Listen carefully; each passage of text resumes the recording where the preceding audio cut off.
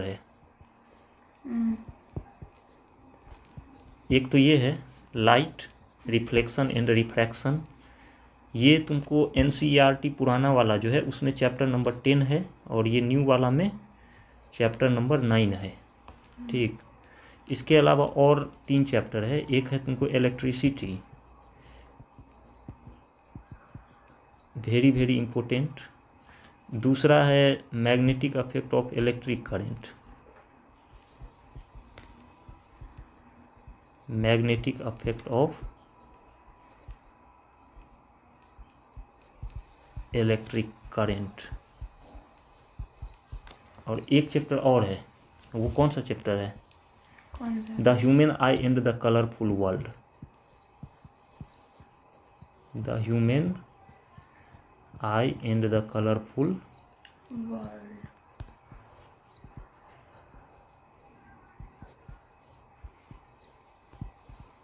ये 4 हैं। ये है चैप्टर नंबर 9 न्यू NCERT में, ये चैप्टर नंबर 10 है। ये है chapter number 11 magnetic affect of electric current है चैप्टर नंबर 12। ठीक, तो अभी हम लोग शुरू करने वाले हैं chapter number 9, NCERT new book के अकॉर्डिंग चैप्टर नंबर 9 है। ये है हमारा लाइट रिफ्लेक्शन एंड रिफ्रैक्शन। देखो, दुनिया में कोई भी चीज़ जो है उसको हम लोग एनीथिंग, उसको हम लोग या तो मैटर या नहीं तो एनर्जी के रूप में कैटेगराइज कर सकते हैं। ठीक, मैटर कौन होता है? जिसके पास मास होता है। मैटर वो होता है जिसके पास मास होता है और कुछ स्पेस ऑक्यूपाई करता है। एनर्जी वो होता है जिसके पास मास नहीं होता है। ठीक, तो लाइट जो है, लाइट क्या है? एनर्जी का फॉर्म है। लाइट क्या है? एनर्जी का फॉर्म है, इसके पास मास नहीं होता है। तो लाइट यहाँ क्या लिखा हुआ है? It is a form of energy which enables us to see the objects around us. बचपन से ही हम लोग पढ़ रहे हैं। बचपन से कहने का मतलब 7-6 क्लास से ही ये सब चीज़ें हम लोग पढ़ रहे हैं, तो ये समझ गई होगी आपको, इसमें ऐसा है नहीं। प्रॉपर्टीज ऑफ लाइट, लाइट की टेंडेंसी होती है स्ट्रेट लाइन में चलने की। कोई भी लाइट रे जो होगा वो स्ट्रेट लाइन ही चल रहा होगा जब तक कि इसके रास्ते में कोई ऑब्स्ट्रक्शन न क्रिएट हो। जब ऑब्स्ट्रक्शन क्रिएट होगा तो रिफ्लेक्शन होगा या नहीं तो रिफ्रैक्शन। ठीक, और इसी 2 प्रॉपर्टी के बारे में हम लोग पढ़ने वाले हैं इस पूरे चैप्टर में, रिफ्लेक्शन ऑफ लाइट और रिफ्रैक्शन ऑफ लाइट। रिफ्लेक्शन कब होगा? जब ओपेक ऑब्जेक्ट होगा, और रिफ्रैक्शन कब होगा? जब ट्रांसपेरेंट ऑब्जेक्ट होगा। अभी सब बात हम लोग आगे ध्यान से सीखने वाले हैं। तो सबसे पहला हम लोग को क्या ध्यान रखना है कि it has tendency to travel in a straight path. ये जब भी ट्रेवल कर रही होगी तो स्ट्रेट लाइन में ही चल रही होगी। दूसरा, it is an electromagnetic wave so it does not required any medium to travel. Wave होते हैं 2 तरह के, ठीक ना?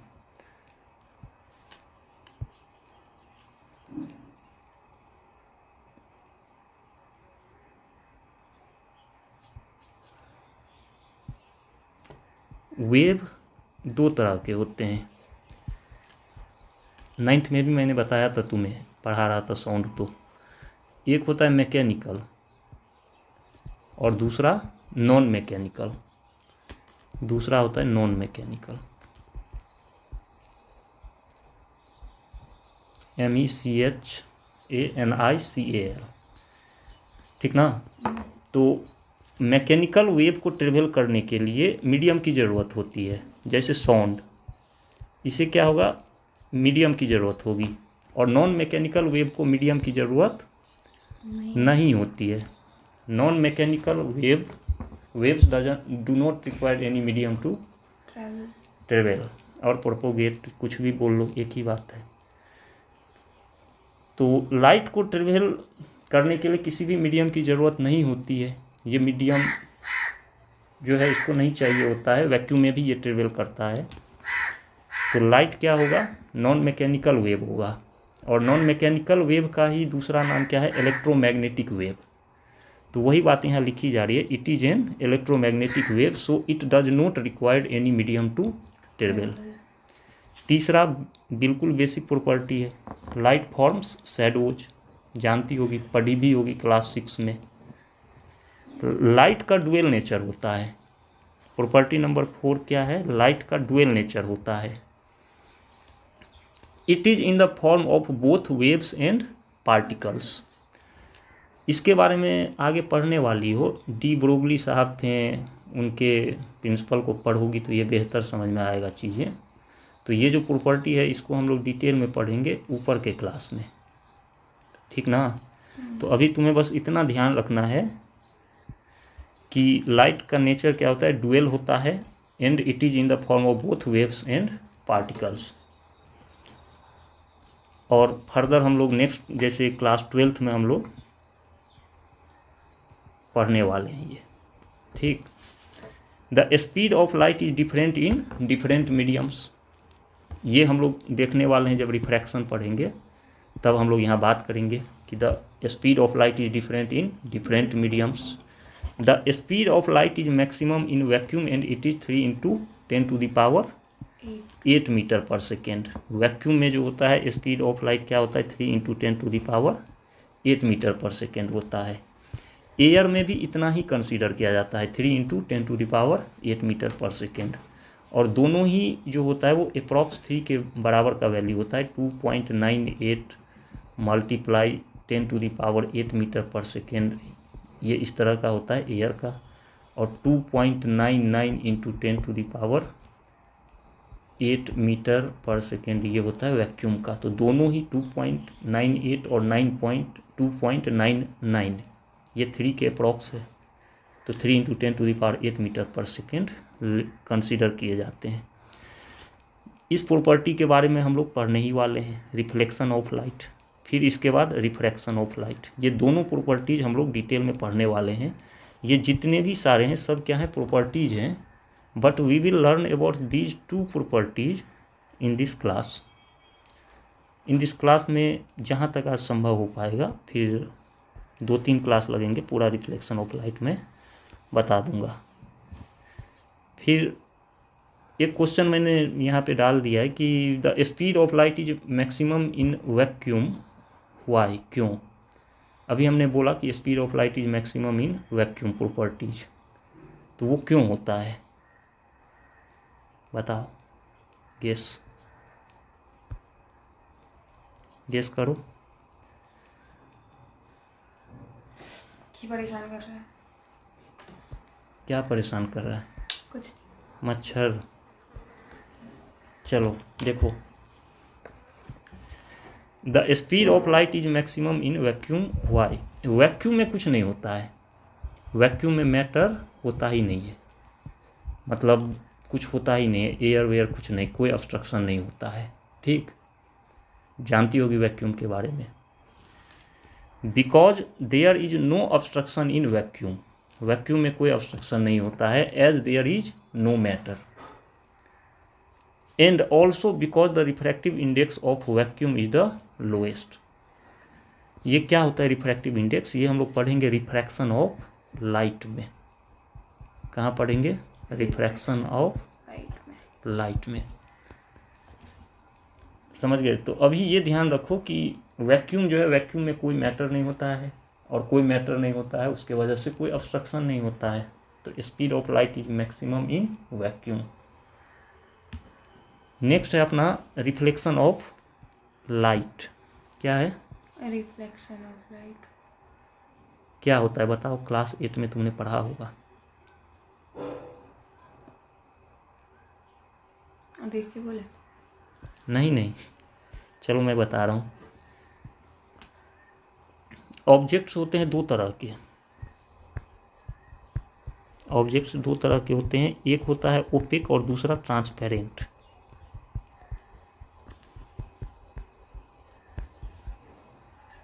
ठीक, ओपेक ऑब्जेक्ट्स वो होते हैं जिनसे लाइट पास नहीं करता है, जैसे वुड, ब्रिक्स, ब्रिक्स, ईट, ये सब क्या है opaque object. And transparent object क्या हुआ, जैसे ग्लास, शीशा, वाटर, ये ट्रांसपेरेंट ऑब्जेक्ट होते हैं। तो जब हमारे पास कोई ओपेक ऑब्जेक्ट होगा और इसके सरफेस अगर हमारे स्मूथ होंगे, स्मूथ का ही दूसरा नाम लिख लो पॉलिश्ड, या फिर शाइनी, चमकीला, या फिर प्लेन, कुछ भी लिख देंगे तो सब बात सेम ही है। तो अगर ओपेक ऑब्जेक्ट का सरफेस अपना इस नेचर का होगा, स्मूथ या फिर पॉलिश या शाइनी या प्लेन, तो इससे जब लाइट रे टकराएगी तो टकराने के बाद बाउंस बैक होगा, और इस फेनोमेनन को ही हम लोग क्या कहते हैं, रिफ्लेक्शन ऑफ लाइट। ठीक ना। तो रिफ्लेक्शन ऑफ लाइट क्या होता है, when an incident ray strikes to a polished surface then some parts of light will bounce back. This phenomenon is known as reflection of light. जब किसी polish surface से कोई इंसिडेंट रे टकराएगी तो कुछ parts जो होंगे वो क्या होंगे, वो बाउंस बैक होंगे, और इसी फेनोमेनन को हम लोग कह रहे होंगे रिफ्लेक्शन ऑफ लाइट। समझ में आ गया बात? 100%। नेक्स्ट है अपना laws of reflection of light. ये भी हमने पहले ही पढ़ रखा है अर्लियर क्लासेज में। दो नियम होते हैं, एक ये कि कोई इंसिडेंट रे यहाँ आके टकरा रहे, पहले ये कुछ बातें समझ लो तब हम लोग उस पर बात करते हैं। तो ये जो पॉइंट है ये क्या है, point of incident, point of incidence, INCIDENCE, ये पॉइंट है। तो ये है इंसिडेंट रे, ये वाला, ये है अपना रिफ्लेक्टेड रे, और ये जो पॉइंट ऑफ इंसिडेंस से परपेंडिकुलर डिस्टेंस होता है इसको क्या बोलते हैं, द नॉर्मल। ठीक, इस दोनों के बीच के जो एंगल होते हैं, इंसिडेंट रे और द नॉर्मल के बीच के एंगल, इसको बोलते हैं एंगल ऑफ इंसिडेंस, और I से लिखा जाता है। और इस दोनों के बीच के एंगल को बोलते हैं एंगल ऑफ रिफ्लेक्शन, और R से लिखा जाता है। ठीक ना। तो हमारा फर्स्ट लॉ ऑफ रिफ्लेक्शन क्या कहता है कि ये जो इंसिडेंट रे है, पॉइंट ऑफ इंसिडेंस को हम लोग O से लिख रहे होंगे, ध्यान रखना। ये जो हमारा इंसिडेंट रे है ये, उसके बाद ये रिफ्लेक्टेड रे और ये द नॉर्मल, ये तीनों एक ही पॉइंट पे एक ही प्लेन में लाई करेंगे। ठीक ना। कोई भारी चीज़ तो है नहीं, ऑब्वियस सी बात है। ये हमारा अगर कोई प्लेन सरफेस है, यहाँ कोई ये इंसिडेंट रे आके टकरा रही है तो ये यहाँ से रिफ्लेक्ट करेगी। अब इस पॉइंट से जो हमारा परपेंडिकुलर डिस्टेंस है ये क्या है, ये द नॉर्मल है, ये वाला परपेंडिकुलर डिस्टेंस। ठीक, तो ये इंसिडेंट रे, ये वाला इंसिडेंट रे, ये द नॉर्मल और ये रिफ्लेक्टेड रे, ये तीनों तो एक ही प्लेन में लाई करेंगे। तो the incident ray, the normal and the reflected ray always lie on the same plane. दूसरा मैंने अभी बताया तुमको, ये होता है एंगल ऑफ इंसिडेंस और ये एंगल ऑफ रिफ्लेक्शन।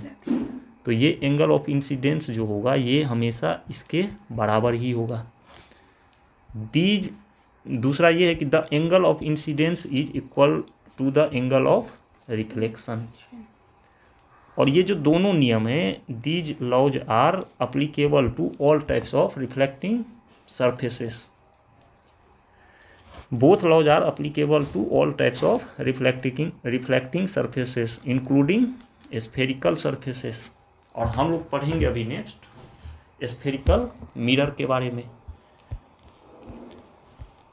तो ये हमारा क्या है नेक्स्ट टॉपिक, स्फेरिकल मिरर्स। देखो यहाँ पहले यही देख लो, ये क्या है, ये स्फेरिकल मिरर है। तो इसके इस तरफ के जो पोर्शन है ये रिफ्लेक्टिंग पोर्शन है, ये सिल्वर किया हुआ है, ये वाला पोर्शन सिल्वर है।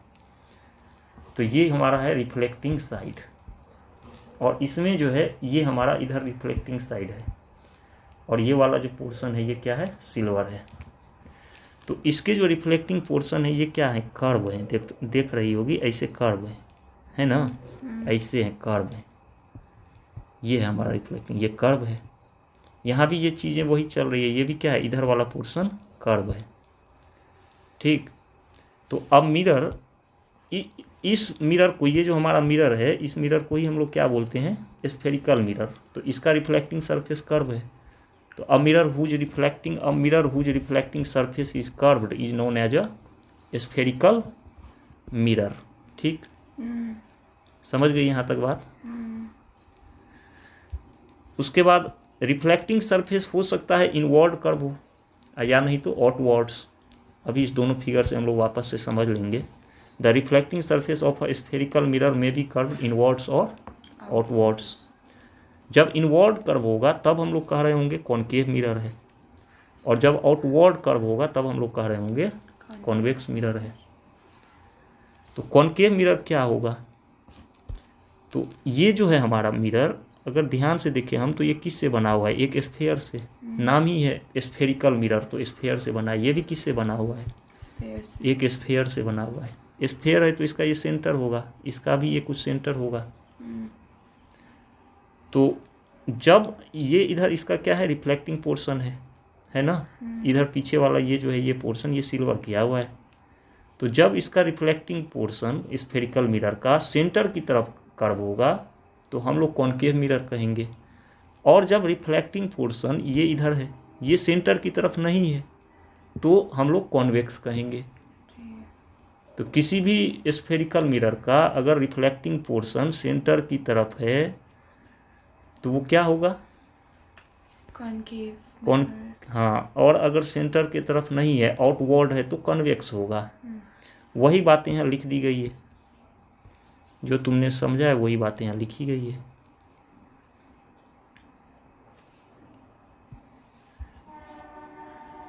A spherical mirror whose reflecting surface is curved inwards, that is faces towards the center of sphere। ये क्या होगा, किसी स्फेयर का सेंटर है तो that is faces towards the center of sphere is called a concave mirror। अब concave mirrors are converging in nature. Concave mirror में क्या होगा कि जैसे ये कोई लाइट रे यहाँ आया तो लाइट रे यहाँ टकराने के बाद रिफ्लेक्ट होगी, और रिफ्लेक्ट होने के बाद ये अंदर की तरफ आएगी। आगे हम लोग पढ़ रहे होंगे प्रिंसिपल एक्सिस के बारे में, तो ये प्रिंसिपल एक्सिस के तरफ आ रही होगी। मतलब ये क्या हो रही होगी, ये दब रही होगी। समझ में आ रहा है, सिकुड़ रहा होगा, ऐसे समझ लो, सिकुड़ रहा होगा, फैल नहीं रहा होगा, सिकुड़ेगा, ये अंदर की तरफ आएगा। तो इसको बोलते हैं कन्वर्जिंग इन नेचर। ठीक ना, लाइट को दबा देगा, क्या करेगा, दबा देगा, कन्वर्जिंग इन नेचर होगा। तो यही बात यहाँ लिख दिया गया है, concave mirrors are converging in nature. फिर बात करते हैं कॉन्वेक्स मिरर का। तो a spherical mirror whose reflecting surface is curved outwards, देख सकते हो ये आउटवर्ड कर्व है, is called a convex mirror. It is diverging in nature. ये क्या करेगा, ये लाइट को फैला देगा। जैसे ये अपना ये क्या है, कॉन्वेक्स मिरर है, इसका रिफ्लेक्टिंग पोर्शन आउटवर्ड होगा, रिफ्लेक्टिंग साइड क्या होगा, आउटवर्ड कर्व होगा। ये अपना आगे जाके हम लोग पढ़ेंगे, ये प्रिंसिपल एक्सिस होगा। तो कोई लाइट रे अगर इसके पैरेलल आएगी तो ये यहाँ से तुम देखोगे टकरा के इधर की तरफ जा रहा है। तो ये जो है प्रिंसिपल एक्सिस है, ये वाला हमारा ये क्या है, ये प्रिंसिपल एक्सिस है। तो इससे ये क्या हो रहा है, दूर जा रहा है। तो डाइवर्ज का मतलब होगा कि प्रिंसिपल एक्सिस से दूर जा रहा है, और कन्वर्ज का मतलब होगा प्रिंसिपल एक्सिस की तरफ आएगा। आगे जब जाओगी तो इमेज फॉर्मेशन वगैरह में और धीरे धीरे चीज़ों को बेहतर तुम समझती चली जाओगी। ये क्या होता है, कन्वर्जिंग, डाइवर्जिंग, ये सब जितनी भी चीज़ें मैंने बोला है। तो नेक्स्ट अपना टॉपिक है terms related to spherical mirror.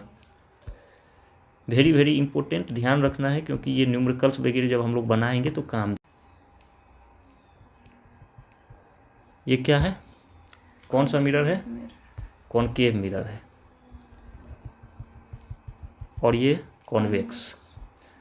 तो हमारा terms related to spherical mirrors, इसमें सबसे पहला है अपर्चर। तो इसका जो रिफ्लेक्टिंग पोर्शन है कौन है, ये वाला है, और इधर इसका रिफ्लेक्टिंग पोर्शन ये वाला है। तो ये जो हमारा रिफ्लेक्टिंग पोर्शन है इसी को हम लोग क्या बोलते हैं, अपर्चर। तो वही बात यहाँ लिखी जा रही है, reflecting portion of a mirror is the reflecting portion of a mirror is called its aperture.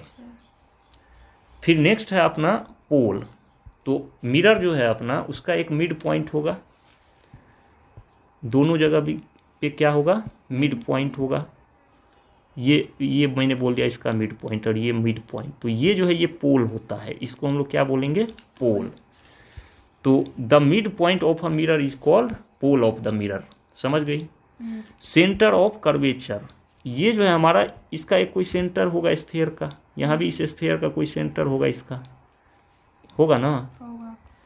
तो ये जो मिरर है ये किसी स्फीयर से तोड़ा गया है, तो उस स्फीयर के सेंटर को, जिस स्फीयर से ये मिरर तोड़ा जा रहा है, उस स्फीयर के सेंटर को ही हम लोग क्या कहेंगे, सेंटर ऑफ कर्वेचर।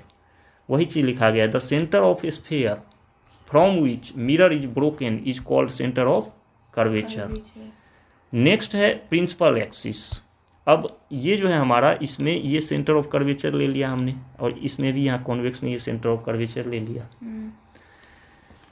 इस स्फीयर का जो सेंटर होगा, इस स्फीयर का वही क्या होगा, सेंटर ऑफ कर्वेचर। यहाँ भी वही बातें चलनी है। तो ये हमारा यहाँ पे क्या बोला था हमने, मिड पॉइंट पोल होगा, इधर मिड पॉइंट ये पोल है। तो पोल और सेंटर ऑफ कर्वेचर को एक इमेजिनरी लाइन, ध्यान रखना क्या बोल रहा हूँ मैं, इमेजिनरी लाइन क्या करेगी, ज्वाइन करेगी।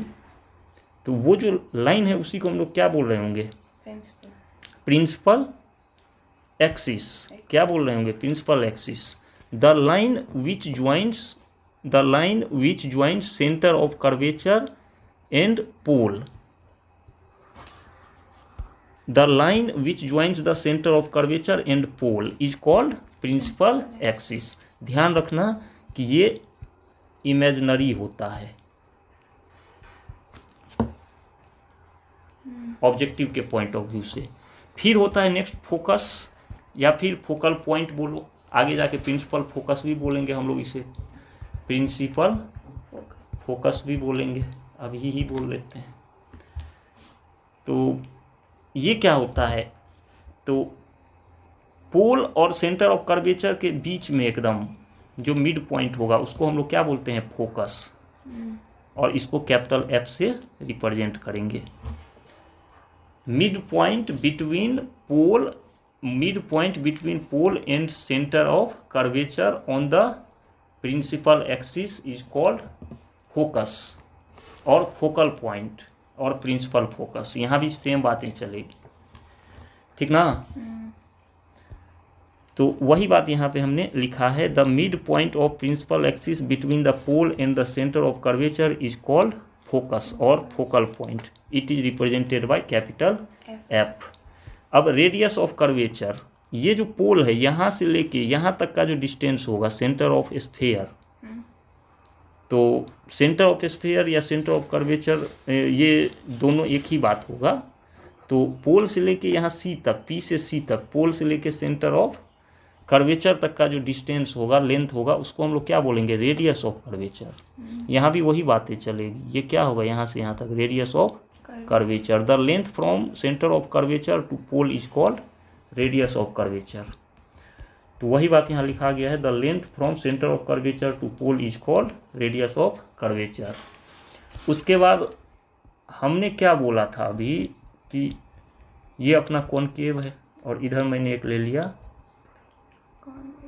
कॉन्वेक्स। अब ये किसी स्फीयर से बना है, ये यहाँ पे हमारा सेंटर है, सेंटर ऑफ कर्वेचर, ये हमारा पोल है, इधर ये हमारा पोल है, ये सेंटर ऑफ कर्वेचर है। हमने बोला अभी बीच में मिड पॉइंट एफ होता है, यहाँ भी एफ होगा, ठीक। तो पोल से फोकस तक के बीच का जो लेंथ होता है, length from pole to focus, इसको बोलते हैं फोकल लेंथ, स्मॉल एफ से रिप्रेजेंट करते हैं, ठीक। यहाँ भी यही बातें चलेगी, किस से रिप्रेजेंट करेंगे, स्मॉल एफ से। पोल से लेके फोकस तक के बीच के लेंथ को क्या बोलते हैं, फोकल लेंथ। हाँ, focal length. The length from focus to pole is called focal length. अब it is half of radius of curvature. अब ये क्या है, ये मिड पॉइंट है, यहाँ से लेके यहाँ तक के एकदम बीच में है। तो ये अगर मिड पॉइंट है मतलब ये वाला और ये वाला दोनों जो पार्ट होगा दोनों इक्वल होगा, यहाँ भी दोनों इक्वल होगा। तो अगर मैं इसकी सिर्फ बात करूँ तो ये इस टोटल का आधा होगा, तो यहाँ से यहाँ तक को हम लोग लिखेंगे, यहाँ से यहाँ तक रेडियस ऑफ कर्वेचर को r से रिप्रेजेंट करते हैं, r। तो ये भी f, तो ये भी f, क्योंकि ये मिड पॉइंट है। दोनों लेंथ क्या होगा, यहाँ से यहाँ तक, इधर ये वाला और ये वाला इक्वल होगा। तो अगर ये f तो ये भी f, तो f प्लस f, तो r किसके बराबर आएगा, 2f। तो वही चीज़ लिख दिया गया है। या फिर f किसके बराबर आएगा, r बाई 2। तो it is half of radius of curvature.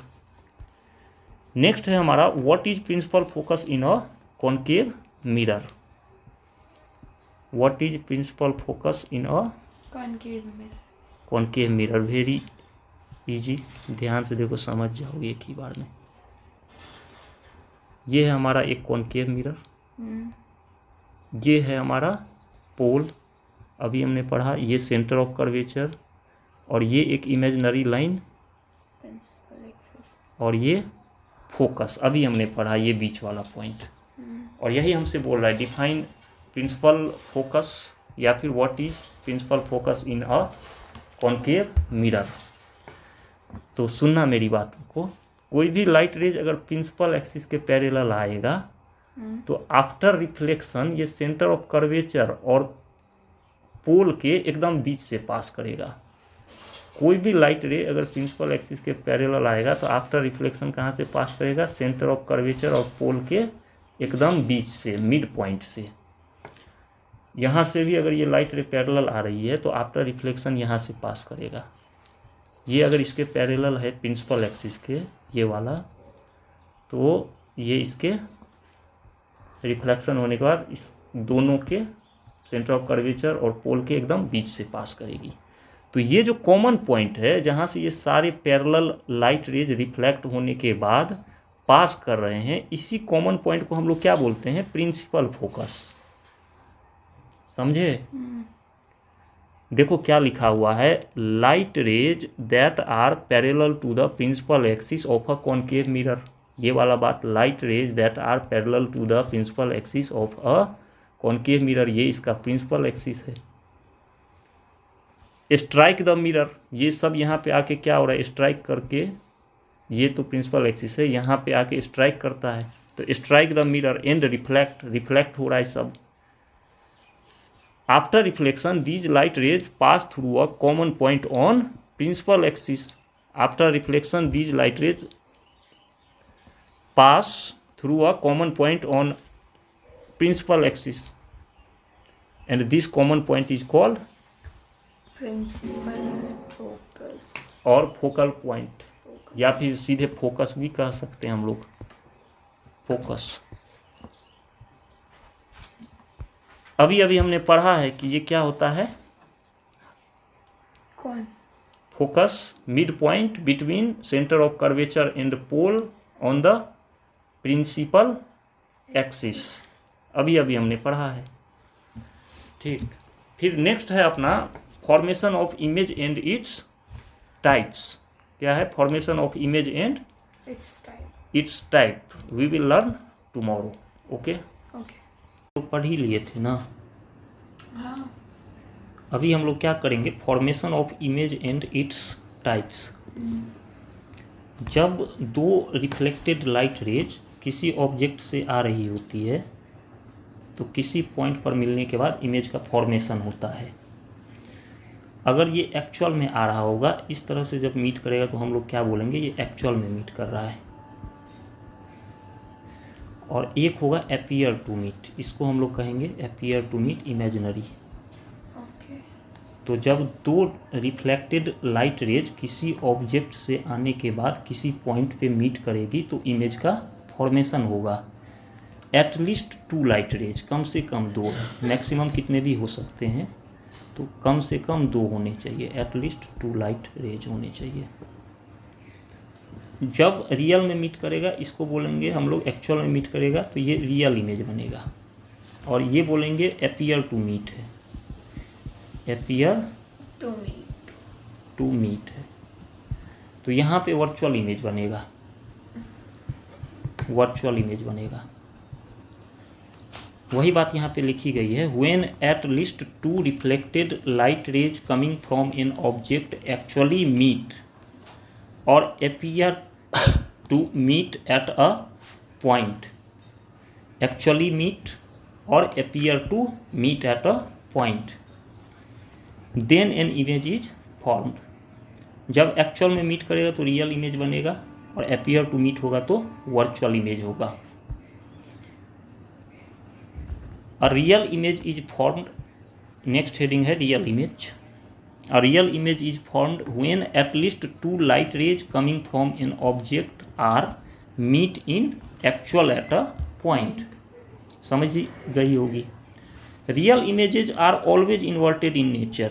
अगर हमारा ऑब्जेक्ट ऐसे होगा तो इमेज ऐसे बनेगा, उल्टा. ठीक है. अगर ऑब्जेक्ट ऐसे है तो इमेज ऐसे होगा. Real images can be obtained on a screen. Real image को हम लोग स्क्रीन पर उतार सकते हैं. वर्चुअल इमेज कब बनेगा? जब अपीयर टू मीट होगा at least 2 reflected light rays. A virtual image is formed when at least 2 light rays coming from an object are appear to meet at a point. ये क्या होता है? Erect in nature. Virtual images are always erect in nature. Erect को ही upright भी कहा जाता है. मतलब ऑब्जेक्ट अगर ऐसे है तो इमेज भी अपना ऐसे ही बनेगा. ठीक ना? ठीक है, ठीक है. इसको हम लोग स्क्रीन पर नहीं उतार सकते हैं. Virtual images can not be obtained on a screen. ठीक है. यहाँ तक कोई दिक्कत समझने में? नहीं. फिर जब हम लोग फॉर्मेशन ऑफ इमेज समझ गए तो अगर हमसे डिफरेंस पूछेगा रियल इमेज और वर्चुअल इमेज का डिफरेंस, तो यही 3 पॉइंट लिख देना. पहला तो डिफिनीशन हो गया, इधर वर्चुअल इमेज का ये 3 पॉइंट. ठीक है. अब इमेज हम लोग पढ़ लिए तो कॉन्केव मिरर्स में इमेज का जो फॉर्मेशन होता है उसके टोटल 6 केसेस होते हैं, वो हम लोग पढ़ेंगे. उसके लिए टोटल 4 रूल्स हैं. जो 4 रूल्स हम लोग अभी पढ़ने वाले हैं. Rules to draw image for concave mirrors. पहला नंबर रूल क्या है कि ये है अपना कॉन्केव मिरर. ये प्रिंसिपल एक्सिस, ये सेंटर ऑफ कर्वेचर और ये फोकस. पढ़ चुके हैं हम लोग terms related to spherical mirror में. ये पोल. कोई लाइट रे अगर प्रिंसिपल एक्सिस के पैरेलल होगा तो आफ्टर रिफ्लेक्शन ये फोकस से ही पास करेगा. ये पहला रूल है इमेज फॉर्मेशन का. कॉन्केव मिरर के लिए ये पहला रूल है. अ रे ऑफ लाइट या फिर a light ray parallel to the principal axis after reflection passes through focus. बहुत ही आसान है. A ray of light parallel to the principal axis after reflection passes through focus. ये क्या है? Incident ray. ये क्या है? Reflected ray. और ये जो होगा ये क्या होगा? Point of incidence. Point of incidence. जिस पॉइंट पे इंसिडेंट रे स्ट्राइक करती है उस पॉइंट को पॉइंट ऑफ इंसिडेंस कहते हैं. तो यहाँ से जो परपेंडिकुलर होगा वो सेंटर ऑफ कर्वेचर से पास करेगी. ये भी ध्यान रखना है. ठीक. नेक्स्ट है हमारा इसी का ठीक उल्टा कि अगर कोई लाइट रे फोकस से पास करेगी तो आफ्टर रिफ्लेक्शन प्रिंसिपल एक्सिस के पैरेलल हो जाएगी. देखो क्या है, ये हमने लिया एक कॉन्केव मिरर वापस से. ये है पोल, ये सेंटर ऑफ कर्वेचर और ये फोकस. मैं बोलता हूँ ये लाइट रे फोकस से पास कर रही है. तो इस केस में इंसिडेंट रे ये है. तो आफ्टर रिफ्लेक्शन ये प्रिंसिपल एक्सिस की, ये है हमारा प्रिंसिपल एक्सिस. समझे?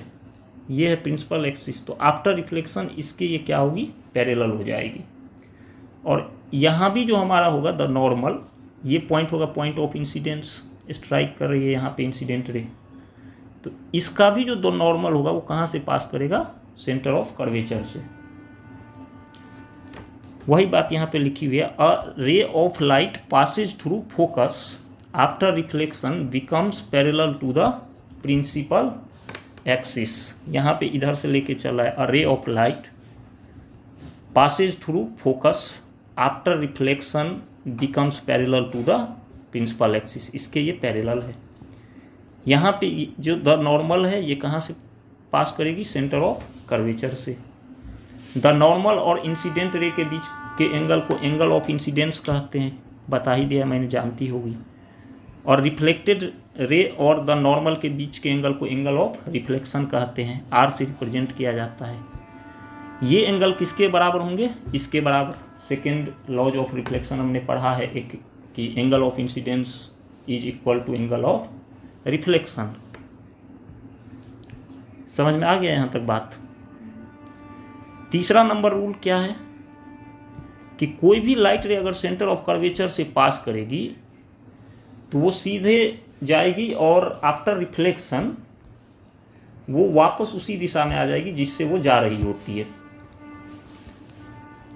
अ ray of light which passes through centre of curvature moves straight, ये हमने लिया एक कॉनकेव मिरर, ये है हमारा सेंटर ऑफ कर्वेचर और ये है हमारा focus. A ray of light passes through centre of curvature moves straight, ये सीधा ही जाएगी और यहीं से टकराने के बाद रिफ्लेक्ट होके वापस इसी डायरेक्शन में आएगी। ठीक है, तो a ray of light which passes through centre of curvature moves straight and after reflection it will return towards backward in the same direction. आसानी है, कोई भारी तो है नहीं। चौथा नंबर रूल क्या है, ये है अपना कॉनकेव मिरर एक, ठीक ना। ये यहाँ पे पोल होगा, ये प्रिंसिपल एक्सिस है। कोई लाइट रे अगर ऑब्लिकली आएगा प्रिंसिपल एक्सिस के और पोल को स्ट्राइक करेगा तो रिफ्लेक्ट होने के बाद ये एंगल और ये एंगल क्या होगा, बराबर होगा। कोई लाइट रे अगर प्रिंसिपल एक्सिस के ऑब्लिकली आके पोल को स्ट्राइक करेगा तो सेम एंगल के साथ क्या होगा, रिफ्लेक्ट होगा। मतलब ये एंगल और ये एंगल जो होगा बराबर होगा, ये एंगल ऑफ इंसिडेंस और ये एंगल ऑफ रिफ्लेक्शन। जान ही रहे हो, ये इंसिडेंट रे है और ये रिफ्लेक्टेड रे है। आर आर लिख देता हूँ मैं, ठीक ना। An incident ray obliquely to the principal axis, यहाँ देखो, an incident ray obliquely to the principal axis towards the pole of mirror. Towards the pole of mirror मतलब मिरर के पोल को स्ट्राइक कर रही होगी। Towards the pole of mirror is reflected obliquely, reflect भी क्या होगा, ऑब्लिकली ही होगा reflect. And the angle of incidence is equal to the angle of reflection. Angle of incidence किसके बराबर होगा, एंगल ऑफ रिफ्लेक्शन के, ठीक ना। ये एंगल ऑफ इंसिडेंस और ये एंगल ऑफ रिफ्लेक्शन, ये जो हमारा प्रिंसिपल एक्सिस है ये हो जाएगा द नॉर्मल। समझ में आ गया यहाँ तक बहुत अच्छे से। कहीं कोई कंफ्यूजन नहीं, कोई क्वेश्चन दिमाग में नहीं है तो पूछ लो। देखो नेक्स्ट क्या है, image formation by a concave mirror. Earlier classes में हमने पढ़ा हुआ है प्लेन मिरर के बारे में। किसके बारे में, प्लेन मिरर के बारे में। तो इसमें जो इमेज का पोजीशन था अपना वो behind the mirror, behind the mirror. उसके बाद इसमें नेचर था हमारा प्लेन मिरर में वर्चुअल एंड इरेक्ट इमेज होता था, वर्चुअल एंड इरेक्ट। और साइज सेम साइज का ऑब्जेक्ट होता था, ऑब्जेक्ट का जो साइज होता था वो सेम साइज होता था, ऑब्जेक्ट नहीं इमेज का सेम साइज होता था। The size of image is same as object in a plane mirror. Concave mirror के टोटल 6 केसेस होते हैं। प्लेन मिरर में सिर्फ एक केस होता है जो हम लोगों ने पढ़ ही रखा है। कॉनकेव मिरर के टोटल 6 केसेस होते हैं। एक होता है जब सेंटर ऑफ कर्वेचर के पीछे ऑब्जेक्ट रखेंगे, दूसरा होगा जब सेंटर ऑफ कर्वेचर पर रखेंगे, तीसरा होगा जब सेंटर ऑफ कर्वेचर और फोकस के बीच में रखेंगे। चौथा होगा जब फोकस पे रखेंगे। पांचवा होगा जब फोकस और पोल के बीच रखेंगे। और छठा केस होगा जब ऑब्जेक्ट को हम लोग इन्फिनिटी पे रखेंगे। इमेज फॉर्मेशन के लिए एटलीस्ट 2 लाइट रेज का मिलना नेसेसरी होता है, समझ ही चुके होगे। Rules to draw image for concave mirrors हमने पढ़ ही रखा है। अब 4 रूल्स हैं अपने, उसी 4 रूल्स में से 2 रूल्स लगा देंगे हम लोग और इमेज का फॉर्मेशन होते चला जाएगा कॉनकेव मिरर पे। उस 4 में से ही कोई 2 रूल का यूज कर रहे होंगे। सबसे पहला केस हमारा क्या है कि ये हमारा एक कॉनकेव मिरर है, ये हो गया प्रिंसिपल एक्सिस, ये है पोल, ये हमने बोला सेंटर ऑफ कर्वेचर, ये हमने बोला फोकस। हम लोग ऑब्जेक्ट को रखते हैं beyond centre of curvature. When object is placed beyond centre of curvature, कहने का मतलब जब सेंटर ऑफ कर्वेचर के पीछे हम लोग ऑब्जेक्ट को रखें। ऑब्जेक्ट का नाम रखा हमने ए बी। हमने क्या पढ़ा है, इमेज फॉर्मेशन के लिए 2 लाइट रेज का मिलना नेसेसरी होता है। इस ऑब्जेक्ट से कोई लाइट रे यहाँ पे आके टकरा रही है और ये यहाँ पे जब टकरा रही है, टकराने के बाद रिफ्लेक्ट होके कहाँ से पास करेगी, फोकस से। हमने पढ़ा है रूल नंबर 1। फिर हमने एक रूल पढ़ा है, कोई लाइट रे अगर सेंटर ऑफ कर्वेचर से जा रही होगी तो वो स्ट्रेट जाएगी एंड आफ्टर रिफ्लेक्शन ये इसी डायरेक्शन में वापस आ जाएगी। इमेज के फॉर्मेशन के लिए कितने लाइट रेज का मिलना नेसेसरी है, कम से कम 2। यहाँ पे हमारा इमेज का फॉर्मेशन हो रहा है। ऑब्जेक्ट का नाम हमने ए बी रखा है तो इमेज का नाम क्या होगा, ए डैश बी डैश। देखो अब यहाँ पर when an object is placed beyond the centre of curvature, ये हमने सेंटर ऑफ कर्वेचर के पीछे ऑब्जेक्ट रखा हुआ है। यहाँ एक लाइट रे प्रिंसिपल एक्सिस के पैरेलल आई, आके टकराने के बाद यहाँ फोकस से पास की। फिर दूसरा लाइट रे यहाँ सेंटर ऑफ कर्वेचर से पास कर रहा है। इमेज का फॉर्मेशन यहाँ पे हो रहा है। अब अच्छे से समझ में आ गया होगा कि नहीं आया? आ गया। अब इमेज का पोजीशन कहाँ है? इमेज का पोजीशन, ये इमेज बन रहा है between centre of curvature and focus, between C and F. यहाँ पे between C and F image ये है अपना, ये वाला। उसके बाद इमेज का नेचर क्या होगा, 2 लाइट रेज जब एक्चुअल में मिलते हैं, 2 लाइट रेज जब एक्चुअल में मिलते हैं तो हमारा जो इमेज होता है वो रियल होता है। पढ़ा है हमने कि when at least 2 reflected light rays coming from an object meet in actual at a point, then a real image is formed। पढ़ा है हमने। तो यहाँ पे ये एक्चुअल में मीट कर रहा है। appear to meet कब होगा, जब इस तरह से होगा, इमेजिनरी होगा। ये यहाँ पे क्या है, एक लाइन है दिख रहा है अपने को, इमेजिनरी लाइन डैश लाइन होगा, और ये जनरल जो हम लोग मैथ्स में जैसे खींचते हैं वैसे होगा, तो रियल हम लोग कहेंगे। तो इमेज अपना क्या है, रियल है। और real images are always inverted in nature, हमने पढ़ाया भी है, real images are always inverted in nature. तो देख लो यहाँ पे कि ऑब्जेक्ट हमारा ऐसे है और इमेज हमारा ऐसे बन रहा है, इस तरह से। तो इमेज क्या होगा, रियल एंड इन्वर्टेड, ठीक है। और साइज, यहाँ पे ऑब्जेक्ट का साइज बड़ा है, इमेज का साइज छोटा है। जब छोटा होगा तो हम लोग लिखेंगे स्मॉलर या नहीं तो डिमिनिश्ड, DIMINISHED, ठीक, यहाँ लिखा ही हुआ है DIMINISHED, डिमिनिश्ड, मतलब इमेज का साइज छोटा है। The size of image is smaller than the object. The nature of image is real and inverted and the position of image is between centre of curvature and focus on the principal axis. Next क्या होगा, जब हम लोग object को, अब यहाँ centre of curvature के पीछे था, अब हम लोग ऑब्जेक्ट को उठा के लाएंगे सेंटर ऑफ कर्वेचर पे। तो यहाँ पे हम लोगों ने क्या किया, ये लिया हमने एक कॉनकेव मिरर, ये है अपना principal axis, centre of curvature, और ये फोकस। हमने ऑब्जेक्ट को रखा सेंटर ऑफ कर्वेचर पे, एक लाइट रे प्रिंसिपल एक्सिस के पैरेलल आएगी और कहाँ से पास करेगी? फोकस से। फिर हमने एक रूल पढ़ा है कि कोई लाइट रे अगर फोकस से जा रही होगी तो आफ्टर रिफ्लेक्शन क्या होगा? प्रिंसिपल एक्सिस के पैरेलल होगा। A light ray passes through focus after reflection becomes parallel to the principal axis. अब ये यहाँ से पैरेलल हो गया प्रिंसिपल एक्सिस के, ये कहाँ मीट कर रहा है? इस जगह पे। तो इमेज का फॉर्मेशन अपना कहाँ होगा? इमेज का फॉर्मेशन अपना इसी पॉइंट पे होगा। अगर हमने ऑब्जेक्ट का नाम यहाँ ए बी रखा तो इमेज अपना हो जाएगा ए डैश बी डैश। इमेज कहाँ बन रहा है? तो इस केस में सेंटर ऑफ कर्वेचर पे ही होगा। तो इमेज का पोजीशन होगा सेंटर ऑफ कर्वेचर पे, तो एट सी।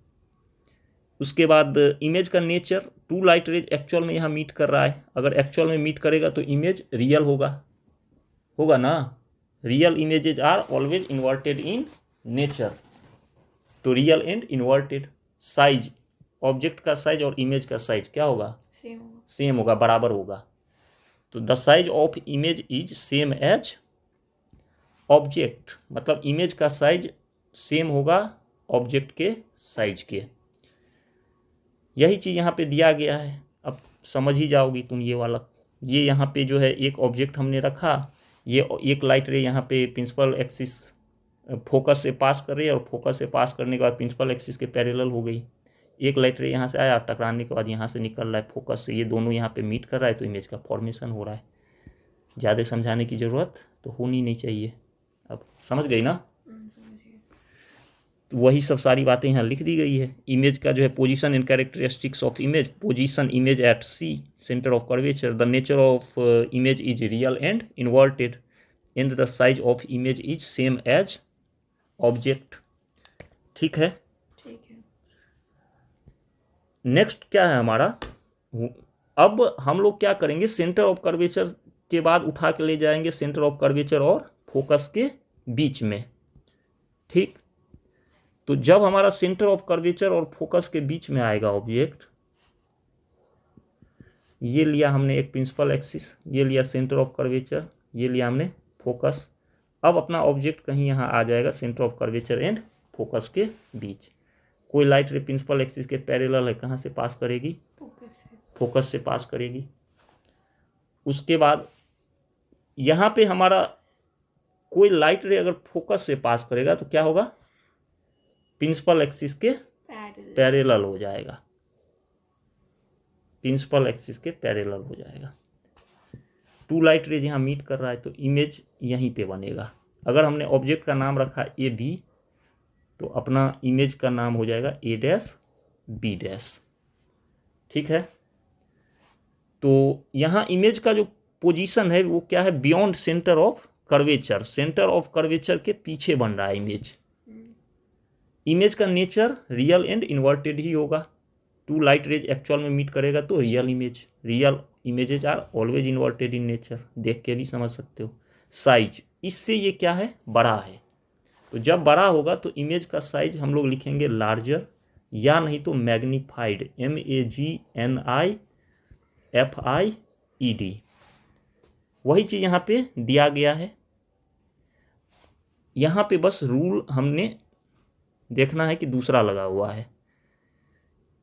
किसी भी दो रूल से हम लोग इमेज का फॉर्मेशन कर सकते हैं। यहाँ पे रूल लगाया हुआ है 1 नंबर रूल और 3 नंबर रूल जो मैंने तुम्हें पढ़ाया है। तो यहाँ पे उस रूल से देखो, कोई ऑब्जेक्ट यहाँ रखा गया है सी और एफ के बीच में, एक लाइट रे यहाँ प्रिंसिपल एक्सिस के पैरेलल आएगी, आफ्टर रिफ्लेक्शन फोकस से पास कर रही है। फिर हमने क्या रूल पढ़ा हुआ है कि कोई लाइट रे अगर सेंटर ऑफ कर्वेचर से पास करती है तो आफ्टर रिफ्लेक्शन वो उसी डायरेक्शन में वापस आ जाती है। 3 नंबर रूल। अब ये दोनों कहाँ मीट कर रहा है? इस जगह पे। तो इमेज का फॉर्मेशन अपना इस पॉइंट पे हो रहा है। अब ये पॉइंट क्या है? सेंटर ऑफ कर्वेचर के पीछे है। तो इमेज का पोजीशन जो होगा वो क्या होगा? Beyond C. इमेज का पोजीशन बियॉन्ड सी, मतलब सेंटर ऑफ कर्वेचर के पीछे। इमेज का नेचर क्या होगा?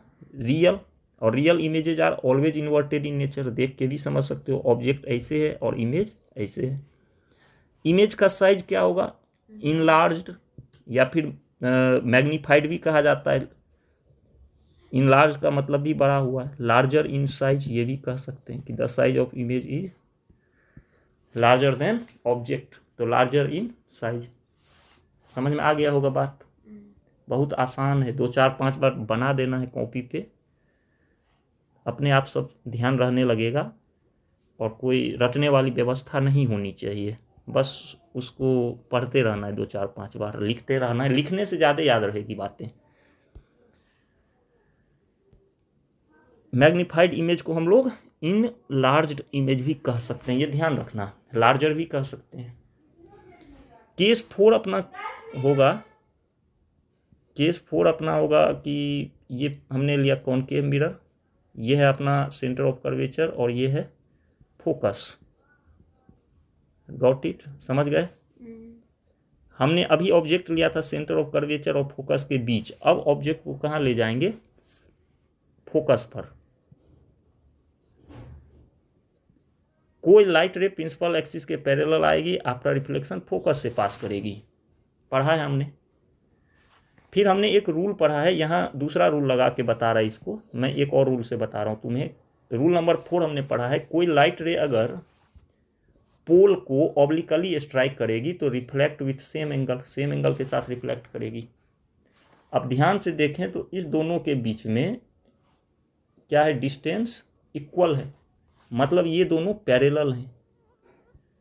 In mathematics parallel line never intersect each other, कभी नहीं मिलते हैं, किसी भी पॉइंट पे कहीं भी नहीं मिलता है।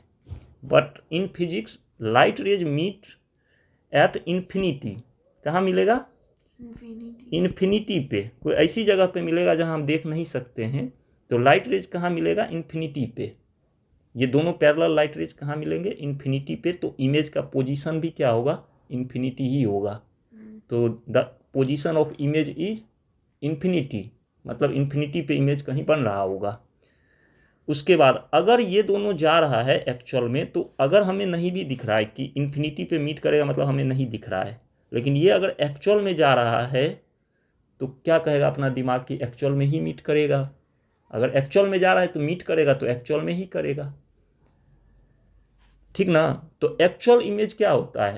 एक्चुअल में जब मीट करता है तो रियल इमेज होता है पढ़े हैं हम लोग। रियल इमेज क्या होता है? जब लाइट रेज एक्चुअल में मीट करता है, रिफ्लेक्टेड लाइट रेज, ठीक। तो इमेज हमारा क्या होगा? रियल होगा। जहाँ भी ये मिल रहा होगा एक्चुअल में मिलने की वजह से रियल इमेज का फॉर्मेशन करेगा दोनों। और real images are always inverted in nature, हमने पढ़ रखा है।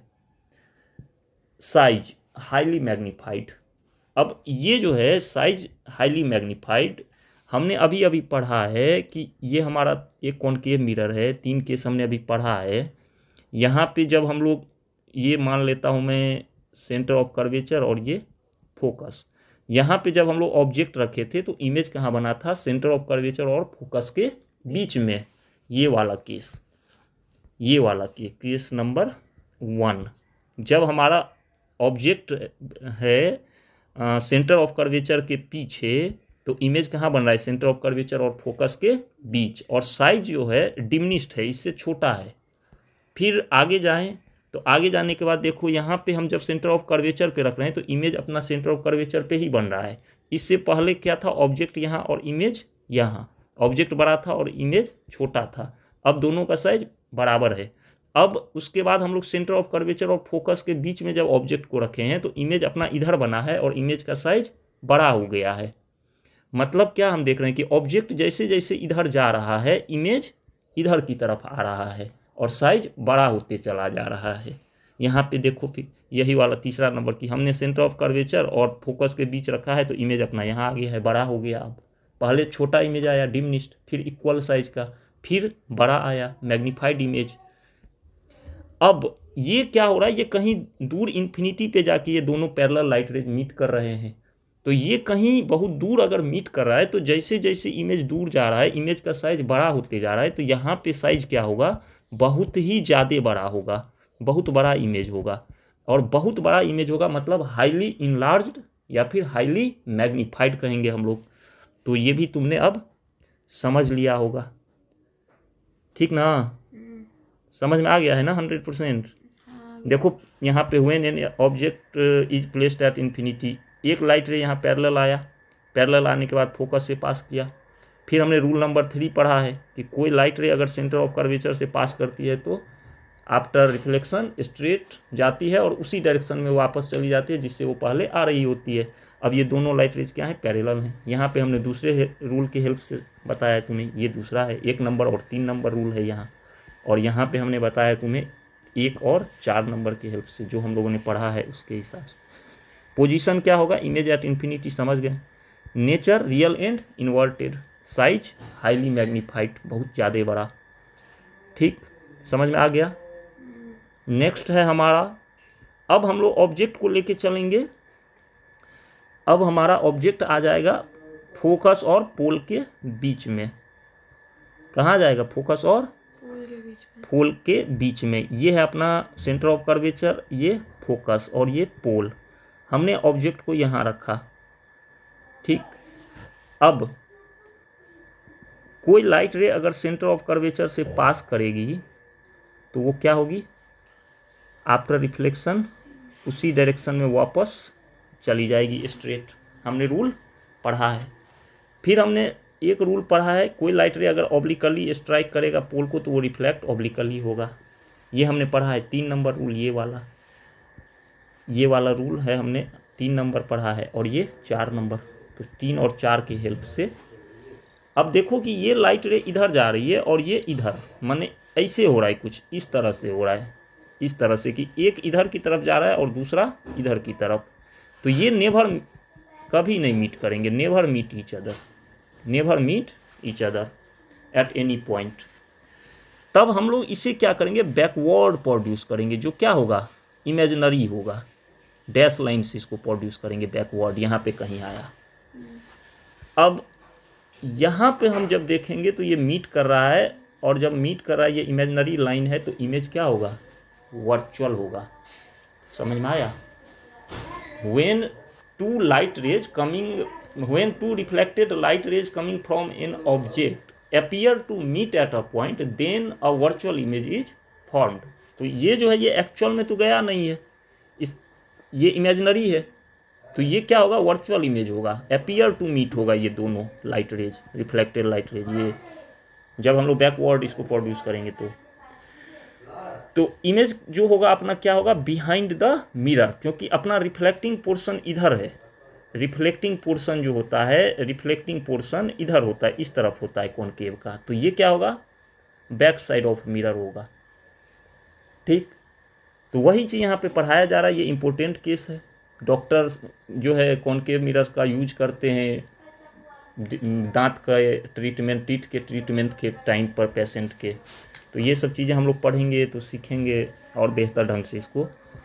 जब हम लोग फोकस और पोल के बीच में ऑब्जेक्ट को रख रहे हैं तो position and characteristics of image, वही चीज़ें यहाँ से आप समझ जाओगे कि कोई लाइट रे यहाँ ऑब्लिकली जो है सो पोल को स्ट्राइक कर रही है तो रिफ्लेक्ट भी ऑब्लिकली हो रही है। फिर हमने रूल पढ़ा है, कोई सेंटर ऑफ कर्वेचर से जाएगी तो आफ्टर रिफ्लेक्शन उसी डायरेक्शन में वापस आएगी। ये एक इधर की तरफ जा रहा है, दूसरा इधर की तरफ, तो इसको हमने बैकवर्ड प्रोड्यूस किया, यहाँ पे मीट किया। ये ऑब्जेक्ट ए बी तो ए डैश बी डैश।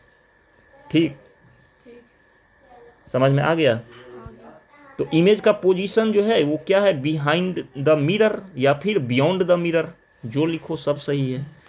या फिर mirror is form on the back side of mirror, ये भी लिख दोगे सब सही ही है। Position and characteristics of image, position beyond the mirror, nature virtual and direct. अब समझ ही गए वर्चुअल क्यों है, अपीयर टू मीट है, और साइज इससे ये बड़ा है तो साइज मैग्नीफाइड।